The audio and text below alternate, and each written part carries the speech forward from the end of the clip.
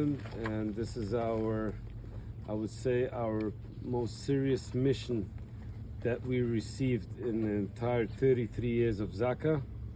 And I'm one of the founders of Zaka too. We're all over the world. Zaka was founded to respect the leftover and who is living, for the live people, for the families. That means because it started Zaka started in 1989 when a bus came up from Tel Aviv to Jerusalem, and an Arab just went over to the driver, pulled the steering wheel, and driving down the cliff on the way to Jerusalem. 17 people were killed in that bus, and 40 people were injured. There was no team in Israel for civilians identification, and a lot of civilians came to help, but they did a lot of damage by ruining the site and couldn't identify a lot of bodies. Then we decided that we're going to open up establish an organization that will help for identify for every unnatural death. And then unfortunately the Intifada, where all the bombs, and that's where we're all the time on the scene, and we're all over the world. We just came back 7 months ago from Turkey with the earthquake, and me and my team, together with the army, we saved 19 Muslims. Well, they're against 19 Muslims. We saved their lives. Forget about all the bodies that we took out, but now they're against us. And we're all over 9/11, Mumbai, the attack, Florida, Surfside. I was in Surfside. I was in 9/11. I was in Mumbai. We go to all natural disasters, nature disasters, and all terror attacks.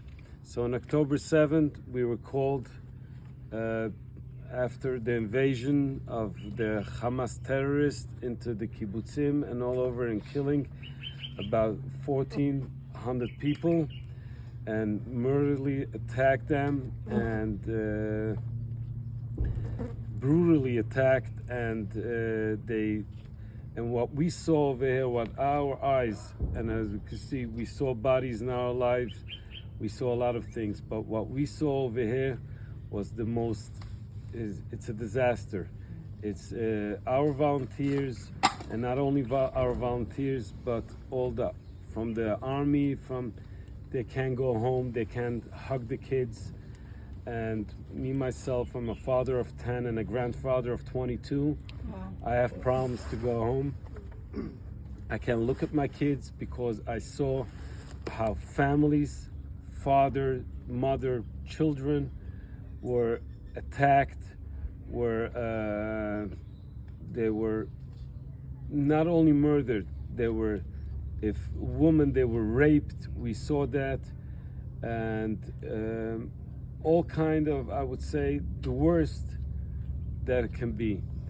And every house where you go has its own story, and whoever worked over here before will know when I will go in, the walls will talk to me and tell us the story, because we saw and we heard that from the victims while we were inside and collecting them, and made sure that they get the full respect. They were talking to us and tell us, Yossi and your team, please give our story. And when we tell stories, we talk, we sell, we will say, we came into houses in this kibbutz where children and the parents were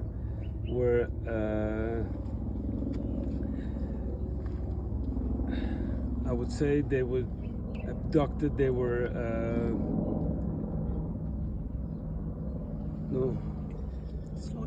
slaughtered, and they were they were burned alive,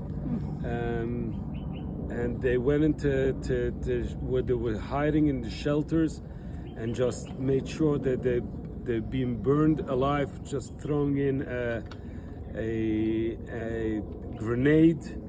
And while we were under fire, we were here, they were still hiding, we were working, and that's for our mission, to make sure and to make the difference between us as human beings and those terrorists that should be condemned in the whole world, like the ISIS. Yes. And that's Zaka is the definition for Zihui Korbanot Ason. That's in Hebrew, identifying every unnatural death. Also, that's one thing, and another definition, Zekiru Vachim, to bring our brothers together. This is the definition from Zaka, to bring our brothers together, because it's not only our brothers, it's every God-created human being that feels with us and feels what we went through.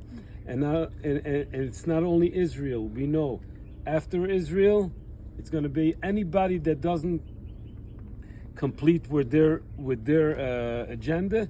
They will be next.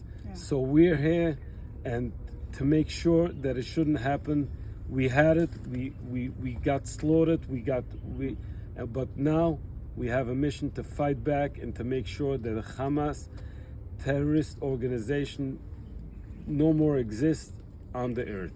Yes. And all this we can do